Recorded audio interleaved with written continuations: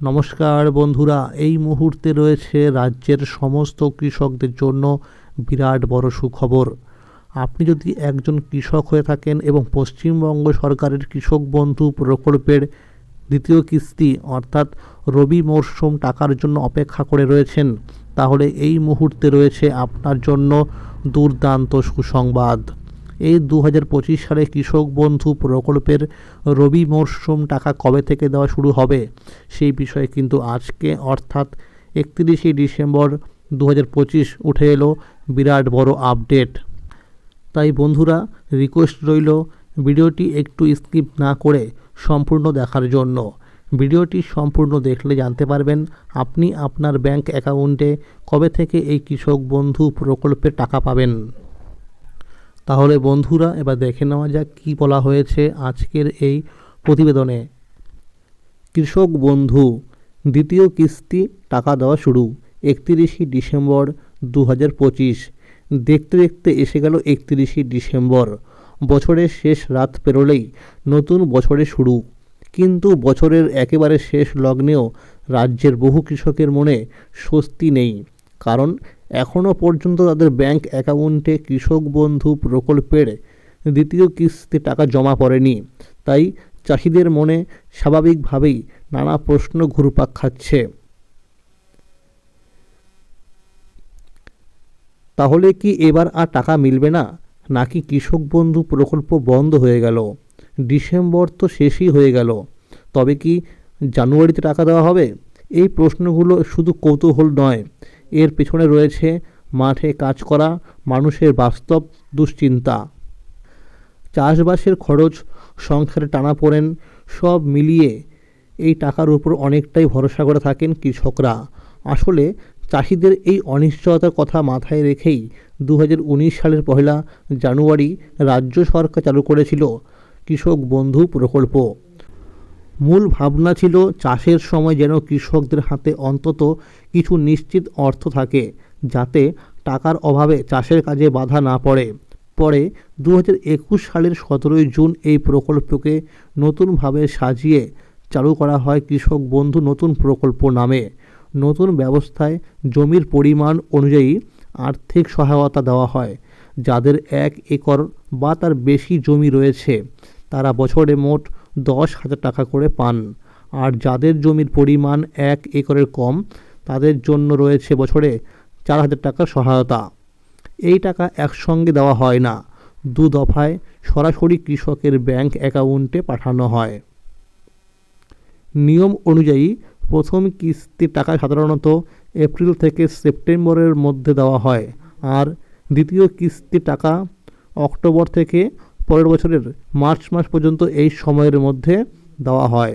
তাই ডিসেম্বর শেষ হয়ে গেলেও সরকারি নিয়ম অনুযায়ী এখনও দ্বিতীয় কিস্তি দেওয়ার সময়সীমা পুরোপুরি শেষ হয়নি। এই প্রকল্পে আরেকটি গুরুত্বপূর্ণ দিক রয়েছে।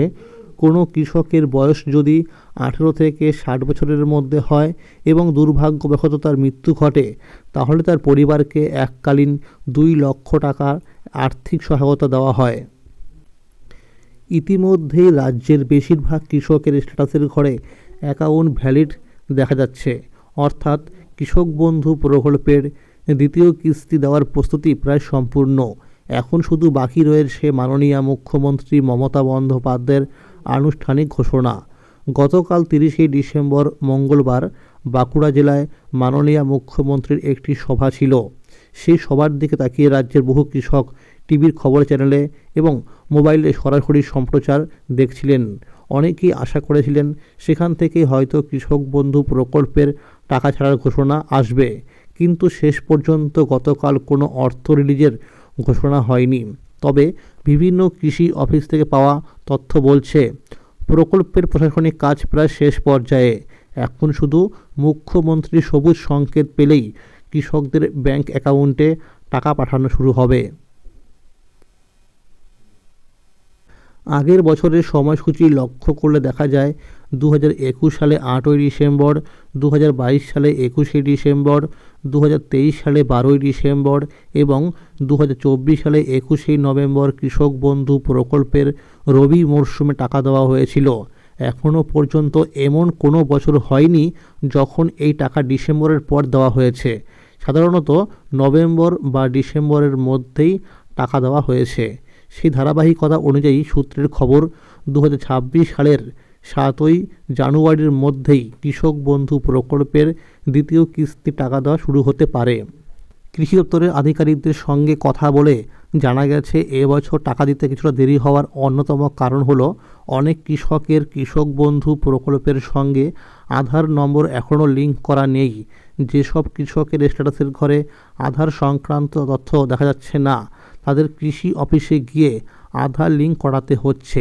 এই প্রক্রিয়ায় সময় লাগার কারণেই বিলম্ব হয়েছে।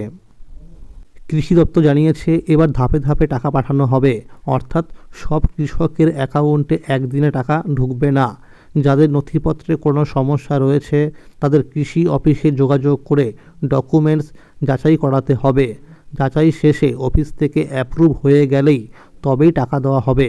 এছাড়াও যেসব কৃষক সম্প্রতি নতুন জমি কিনেছেন এবং জমির পরিমাণ বৃদ্ধির জন্য আবেদন কৃষি অফিসে জমা দিয়েছেন, যদি সেই তথ্য ইতিমধ্যেই স্ট্যাটাসের ঘরে আপডেট হয়ে থাকে, তাহলে অতিরিক্ত জমির জন্য বাড়তি টাকাও একই সঙ্গে পাওয়া যেতে পারে। সব কৃষকদের অনুরোধ করা হচ্ছে, নিজেদের ব্যাংক অ্যাকাউন্টে কেওয়াইসি আপডেট রয়েছে কি না তা একবার অবশ্যই যাচাই করে নিন। যদি কেওয়াইসি সম্পূর্ণ না থাকে তাহলে দ্রুত সেটি আপডেট করা খুবই জরুরি। সূত্র অনুযায়ী আরও জানা যাচ্ছে, নদিয়া, মালদা, কোচবিহার, হাওড়া, পূর্ব ও পশ্চিম বর্ধমান, পূর্ব ও পশ্চিম মেদিনীপুর, উত্তর ও দক্ষিণ 24 পরগনা, পুরুলিয়া, বাঁকুড়া, বীরভূম, উত্তর ও দক্ষিণ দিনাজপুর সহ একাধিক জেলায় কৃষকদের অ্যাকাউন্টে টাকা তুলনামূলকভাবে আগে পৌঁছাতে পারে। তাহলে বন্ধুরা, আজকের এই ছিল আপডেট। কৃষক বন্ধু প্রকল্প সহ সরকারি বিভিন্ন প্রকল্পের আপডেট সবার আগে পেতে হলে চ্যানেলটিকে এক্ষুনি মনে করে সাবস্ক্রাইব করে নিন এবং সকলের কাছে শেয়ার করে দিন। আর যদি এই ভিডিওটি ভালো লাগে অবশ্যই একটি লাইক করে দেবেন। Thank you.